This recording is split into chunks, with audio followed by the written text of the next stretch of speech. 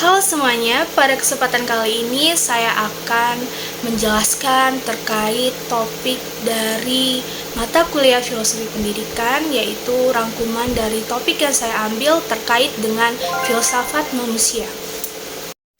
Apa sih filsafat manusia itu? Filsafat manusia adalah cabang filsafat yang mencakup aspek khusus dari manusia, sering disebut sebagai antropologi filosofis. Filsafat manusia memiliki posisi yang sama dengan cabang-cabang lainnya, seperti etika, epistemologi, dan kosmologi. Namun, filsafat manusia memiliki posisi istimewa, karena semua pertanyaan filsafat itu berasal dan berakhir tentang pertanyaan mengenai esensi dari manusia, yang merupakan tema utama refleksi. Manusia juga disebut insan dalam bahasa Arab yang berasal dari kata nasifa yang berarti lupa dan dari kata dasar al-uns yang berarti jinak.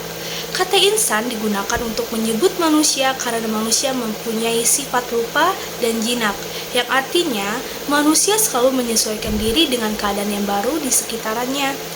Manusia memiliki cara keberadaan yang membedakannya secara nyata dengan makhluk yang lain, seperti kemampuan berpikir dan berpikir tersebut yang menentukan manusia pada hakikatnya.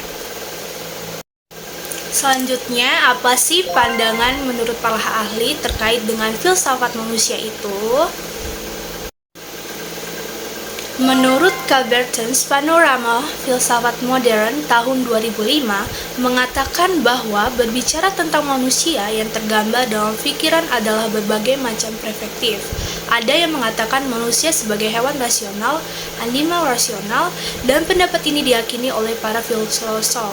Sedangkan yang lain menilai manusia sebagai animal simbolik, karena manusia mengkomunikasikan bahasa melalui simbol-simbol dan manusia menafsirkan simbol-simbol tersebut. Ada yang lain menilai tentang manusia sebagai homo theber, di mana manusia adalah hewan yang melakukan pekerjaan dan dapat gila terhadap kerja. Manusia memang sebagai makhluk yang aneh karena di satu pihak ia merupakan makhluk yang alami. Seperti binatang, ia memerlukan alam untuk hidup.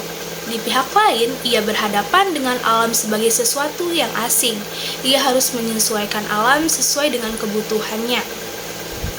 Manusia juga dapat disebut sebagai Homo sapiens, manusia arif yang memiliki akal budi dan mengungguli makhluk yang lain. Manusia juga dikatakan sebagai Homo faber, yaitu karena manusia tukang yang menggunakan alat-alat dan menciptakannya. Salah satu bagian yang lain, manusia juga disebut sebagai Homo ludens, yaitu makhluk yang senang bermain. Dalam bermain, manusia memiliki ciri khasnya dalam suatu kebudayaan bersifat senang. Senang di sini merupakan kombinasi lucu dan menyenangkan. Permainan dalam sejarahnya juga digunakan untuk memikat dewa-dewa dan ada suatu kebudayaan yang menganggap permainan sebagai ritual yang suci. Dan yang terakhir yaitu menurut Musa Asy'ari Filsafat Islam tahun 1999 mengatakan bahwa antropologi merupakan salah satu dari cabang filsafat yang membahas tentang hakikat manusia dan sepanjang sejarahnya. Selalu menanyakan tentang dirinya, manusia berada sendirian atau dalam dinamika masyarakat. Mempertanyakan makna hidupnya dalam perubahan yang kompleks dan apakah makna keberadaannya terhadap kompleksitas perubahan itu. Pertanyaan tentang hakikat manusia adalah pertanyaan yang kuno sejak keberadaan manusia di bumi. Jawaban tentang manusia tidak akan selesai dan dianggap tidak sampai final karena realitas dalam kepengingatan manusia selalu baru, meskipun dalam sifatnya tidak berubah. Manusia, sesuai dengan Paulo Freire, merupakan satu-satunya makhluk yang memiliki hubungan dengan dunia, berbeda dengan hewan yang tidak memiliki sejarah dan hidup dalam masa kini yang tidak berubah.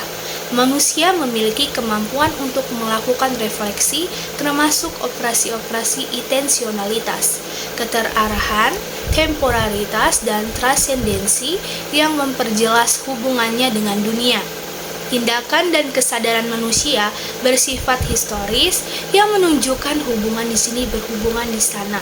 Sekarang berhubungan masa lalu dan berhubungan dengan masa depan. Manusia membuat sejarah dan sebaliknya manusia diciptakan oleh sejarah. Sekian topik yang dapat saya sampaikan pada kesempatan kali ini. Lebih dan kurangnya saya mohon maaf. Terima kasih.